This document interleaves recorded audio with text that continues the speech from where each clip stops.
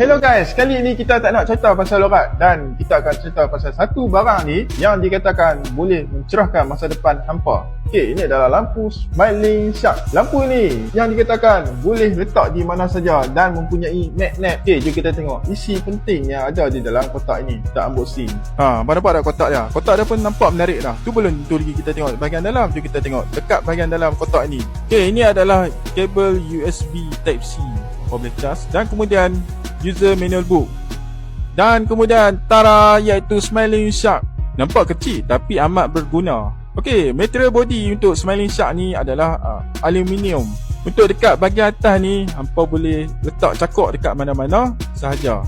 Dan kemudian tepi cakok tu adalah tempat pembuka botol. Ini adalah keseluruhan muka depan lampu COB Smiling Shark ini. Jom kita pusing ke bahagian belakang. Okey, mana nampak dah dekat bahagian bulat-bulat ni, ini adalah magnet. Hampa boleh lekat lampu Smiling Shark ni dekat besi.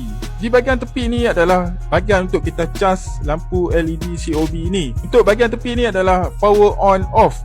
Hampa boleh on off kat sini. Hampa boleh select mood. Lampu Smiling Shark ni ada 4 mood. Ini adalah mood yang pertama, kemudian mood yang kedua, dan kemudian mood yang ketiga. Untuk mood yang keempat, hampa tekan saja lama, dia akan jadi seperti ini.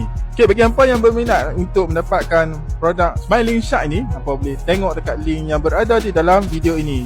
Jumpa di video seterusnya untuk test uji lampu Smiling Shark ini.